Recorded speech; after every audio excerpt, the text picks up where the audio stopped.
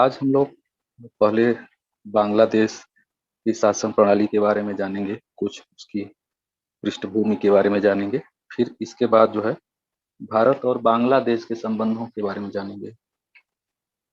तो देखें, जब भारत आजाद हुआ था, 15 अगस्त 1947 की बात हो रही है। उस समय बांग्लादेश का अस्तित्व नहीं था। बांग्लादेश पाकिस्तान का हिस्सा था। उसे उस समय पूर्वी पाकिस्तान कहा जाता था। यानी आप थोड़ा मैप में अगर हम बना के दिखाएं, तो जैसे मान मान लीजिए कि ये भारत का हेड वाला भाग है, और ये ऐसे यहाँ से ऐसे होता है भारत में। तो ये देख रहे हैं कि यहाँ पर पाकिस्तान था, और फिर इसके बाद यहाँ से ऐसे ऐसे होते हुए ऐसे आ जाता है, और यहाँ से ये दक्षिण वाला एरिया शुरू हो जाता है, श्रीलंका वगैरह। तो ये यहाँ पर आपका बांग्लादेश है। आज की स्थिति में बांग्लादेश यहाँ पर है। बांग्लादेश BD लिख दी है, और ये पाक है। तो देखें, जब भारत का बंटवारा हुआ था, तो उस समय बांग्लादेश का अस्तित्व नहीं था। उस समय बांग्लादेश वाला जो वर्तमान क्षेत्र है, वो पाकिस्तान का ही हिस्सा था, और इस क्षेत्र को पूर्वी पाकिस्तान कहा जाता था, और इस क्षेत्र को पश्चिमी पाकिस्तान कहा जाता था। तो पूर्वी पाकिस्तान, पश्चिमी पाकिस्तान, और दोनों को मिलकर पाकिस्तान कहा जाता था। तो ये जो है स्थिति है, एक पृष्ठभूमि है कि अब देखें कि लेकिन हुआ यह था कि जो पूर्वी पाकिस्तान था, उसकी लगातार उपेक्षा होती थी। उसके ऊपर उर्दू भाषा लगातार थोपा जा रहा था। देखें, जो बांग्लादेश है, उसकी भाषा बांग्ला है। बांग्लादेश जो वर्तमान में है, इसकी भाषा बांग्लादेश है, यानी कि जो पूर्वी पाकिस्तान है, उसकी भाषा बांग्ला थी, और जो पश्चिमी पाकिस्तान है, उसकी भाषा जो है उर्दू थी। तो सरकार पर दबदबा पश्चिमी पाकिस्तान का ही था, वो लगातार जो है पूर्वी पाकिस्तान पर उर्दू भाषा को थोपने का प्रयास कर रहा था। तो उसकी वजह से जो है, जो पूर्वी पाकिस्तान के लोग थे, वो नाराज थे। तो वो लोग लगातार जो है सरकार में अपना पर्याप्त प्रतिनिधित्व की मांग कर रहे थे। अपने संस्कृति को बनाए रखने के लिए, अपनी संस्कृति की पहचान के लिए जो है, वो लोग संघर्ष करना जो है प्रारंभ कर दिए। अब यहाँ पर देखिए कि ये कहा जा रहा है कि 1970 लिखा है, 1900 ये गलत लिखा हुआ है यहाँ पर, वो 1070 लिखा है, 1970 होगा यहाँ पर। तो 1970 लिख देते। तो यहाँ पर जो है चुनाव हुआ था। किस लिए चुनाव हुआ था? इस समय यहाँ पर सैन्य शासन था। कहाँ पर? पाकिस्तान में उस समय सैन्य शासन था, और अब वहां पर फिर से लोकतंत्र स्थापित करने के लिए एक संविधान सभा के लिए चुनाव हो रहा था। तो जब चुनाव हो रहा था, तो उस चुनाव में जो पूर्वी पाकिस्तान था, वहां पर शेख मुजीबुर रहमान के नेतृत्व में एक पार्टी हुआ करती थी, जिसका नाम है आवामी लीग।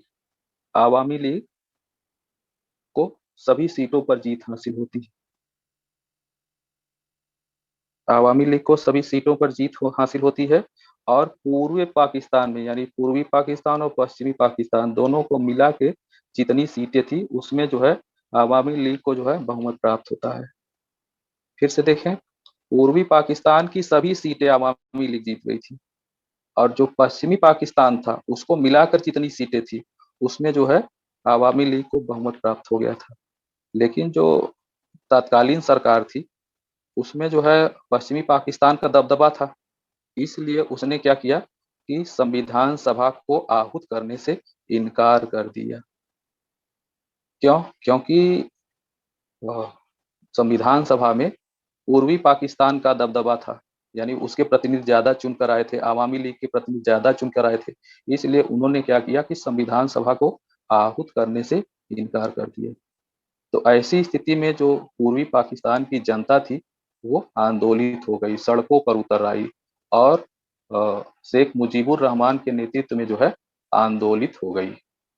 देखें, एक अलग से बता दे रहे हैं कि जैसे भारत में महात्मा गांधी जी को राष्ट्रपिता कहा जाता है। क्यों? क्योंकि उन्हीं के नेतृत्व में भारत में स्वतंत्रता आंदोलन चलाया गया था और अंततः हमें जो है स्वतंत्रता की प्राप्ति हुई। तो उनके कद को, उनके जो है महत्व को देखते हुए उनको राष्ट्रपिता का दर्जा दिया गया है। हालांकि ये राष्ट्रपिता का दर्जा सुभाष चंद्र बोस ने उन्हें दिया था, लेकिन बाद में सभी लोगों ने यह स्वीकार कर लिया कि राष्ट्रपिता का दर्जा अगर देने योग्य भारत में कोई व्यक्ति है तो वो है महात्मा गांधी जी। तो इसी तरह से बांग्लादेश में राष्ट्रपिता का दर्जा किसे प्राप्त है? शेख मुजीबुर रहमान को प्राप्त है। तो ये अलग से आप लोग जानते रहें कि उन्हीं शेख मुजीबुर रहमान की चर्चा हो रही है, जिन्हें जो है बांग्लादेश का राष्ट्रपिता माना जाता है। तो शेख मुजीबुर रहमान के नेतृत्व में पूर्वी पाकिस्तान के लोग आंदोलित हो गए। तो अब ऐसी स्थिति में वो जो पाकिस्तान सरकार थी उसने शेख मुजीबुर रहमान को गिरफ्तार करवा लिया और शेख मुजीबुर रहमान की गिरफ्तारी के बाद ये जो आंदोलन था और तेज हो गया।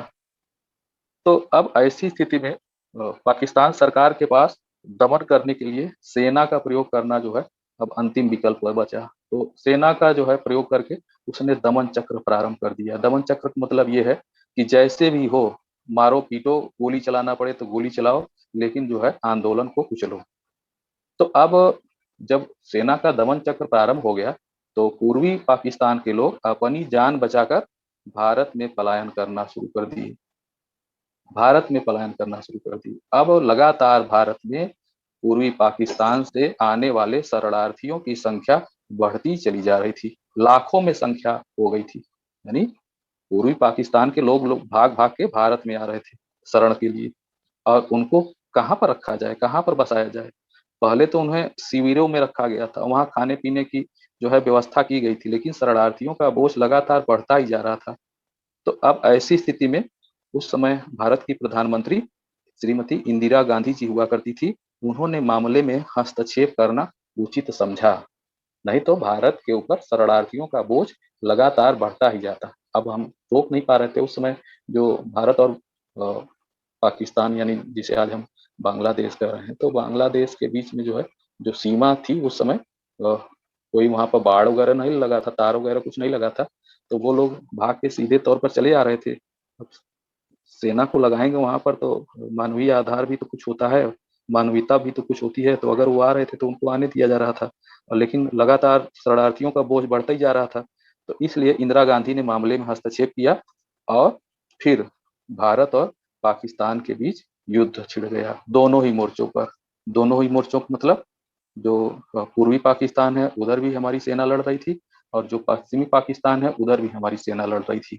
और जो शेख मुजीबुर रहमान के जो समर्थक थे वो भारतीय सेना का साथ दे रहे थे। तो अब अंतिम में क्या हुआ कि भारत की जीत होती है। कहते हैं कि 1971 में ये युद्ध होता है। तो भारत की जीत होती है और लगभग 90,000 जो पाकिस्तानी सैनिक थे उन्होंने भारतीय सेना के सामने आत्मसमर्पण कर दिया था। और इस आत्मसमर्पण के बाद क्या हुआ कि पूर्वी पाकिस्तान वाले क्षेत्र को बांग्लादेश बना दिया गया और 1971 में बांग्लादेश नाम के एक नए राष्ट्र का उदय होता है। तो अभी तक हम ये बता रहे थे कि बांग्लादेश का उदय कैसे होता है। बांग्लादेश का उदय 1971 में होता है। पहले ये पूर्वी पाकिस्तान कहा जाता था। जब भारत आजाद हुआ था और देश का बंटवारा हुआ था तो ये क्षेत्र जो है पाकिस्तान में शामिल था और इसे पूर्वी पाकिस्तान कहा जाता था। लेकिन लगातार इसके साथ सौतेला व्यवहार होता था। सौतेला व्यवहार कौन करता था? पश्चिमी पाकिस्तान के लोग करते थे, वहां की सरकार करती थी सौतेला व्यवहार। सौतेला व्यवहार किस तरह करती थी? वो उर्दू भाषा बलपूर्वक उनके ऊपर थोपना चाह रहे थे, अपनी संस्कृति उनके ऊपर बलपूर्वक थोपना चाह रहे थे। बांग्लादेश में की जो भाषा थी बंगाली थी, उनके ऊपर उर्दू थोपा जा रहा था। तो इसलिए वहां के लोग जो है आंदोलित हुए थे। इसके अलावा जो सरकार थी, यानी जो पाकिस्तान की सरकार थी, उसमें बांग्लादेश वाले क्षेत्र की हिस्सेदारी न के बराबर थी। तो वो लोग जो है सरकार में पर्याप्त प्रतिनिधित्व की भी मांग कर रहे थे। तो बाद में उन्होंने कहा कि ठीक है, आप हमको जो जो केंद्रीय सरकार है उसमें पर्याप्त प्रतिनिधित्व नहीं दे सकते हैं, तो आप ऐसा करिए कि जो पूर्वी पाकिस्तान है उसको स्वायत्तता दे दीजिए। तो स्वायत्तता की बात भी उन्होंने अस्वीकार कर दिया। फिर उसके बाद वहां पर जब संविधान सभा के लिए चुनाव होने लगा, तो चुनाव में आवामी लीग ने चुनाव लड़ा, और आवामी लीग के जो नेता थे वो शेख मुजीबुर रहमान साहब थे। उनको पूरे पूर्वी पाकिस्तान में जो है जीत मिलती है, और कुल मिलाकर बहुमत मिलता है। यानी पूर्वी पाकिस्तान और पश्चिमी पाकिस्तान में जितनी सीटें थी, उन पूरी सीटों को मिलाकर उनको बहुमत प्राप्त होता है। लेकिन उनको जो है सभा में शामिल होने का अनुमति नहीं दी जाती है, यानी संविधान सभा को आहूत ही नहीं किया जाता है। जब ऐसा नहीं किया जाता है तो शेख मुजीबुर रहमान के जो समर्थक थे वो जो है आंदोलित हो जाते थे, आंदोलित हो गए। तो अब ऐसी स्थिति में शेख मुजीबुर रहमान को गिरफ्तार कर लिया गया। यह आंदोलन और तेज हो गया, तो बल प्रयोग किया गया, सेना का सहारा लिया गया। और जब सेना ने दमन चक्र शुरू किया तो लोग भाग भाग के कहाँ भाग गए, भारत में। और भारत सरकार के ऊपर जब शरणार्थियों का बोझ बहुत ज्यादा बढ़ गया, तो ऐसी स्थिति में क्या हुआ कि भारत सरकार ने यानी श्रीमती इंदिरा गांधी ने मामले में हस्तक्षेप करते हुए युद्ध की तैयारी की। युद्ध हुआ, युद्ध में भारत को जीत मिली, और पाकिस्तानी सेना ने आत्मसमर्पण कर दिया, और फिर बांग्लादेश नाम के एक नए राष्ट्र का जो है उदय होता है। तो ये है बांग्लादेश के निर्माण की परिस्थितियां। तो आपको अलग से 2-3 नंबर में इस तरह से कहीं से पूछा जा सकता है कि बांग्लादेश का जो निर्माण है किन परिस्थितियों में हुआ, या क्या कारण थे बांग्लादेश के उदय के। तो आपको ये बताना पड़ेगा कि उसके साथ सौतेला व्यवहार वगैरह किया जाता था, उसके ऊपर जो है उर्दू भाषा थोपा जा रहा था, जो पश्चिमी पाकिस्तान की संस्कृति थी वो उसके ऊपर थोपा जा रहा था। तो ये सब दिक्कतें थी, सत्ता में जो है उसकी पर्याप्त भागीदारी नहीं थी। तो ये सब कारण दिखा के आप जो है अपनी बात को खत्म करेंगे।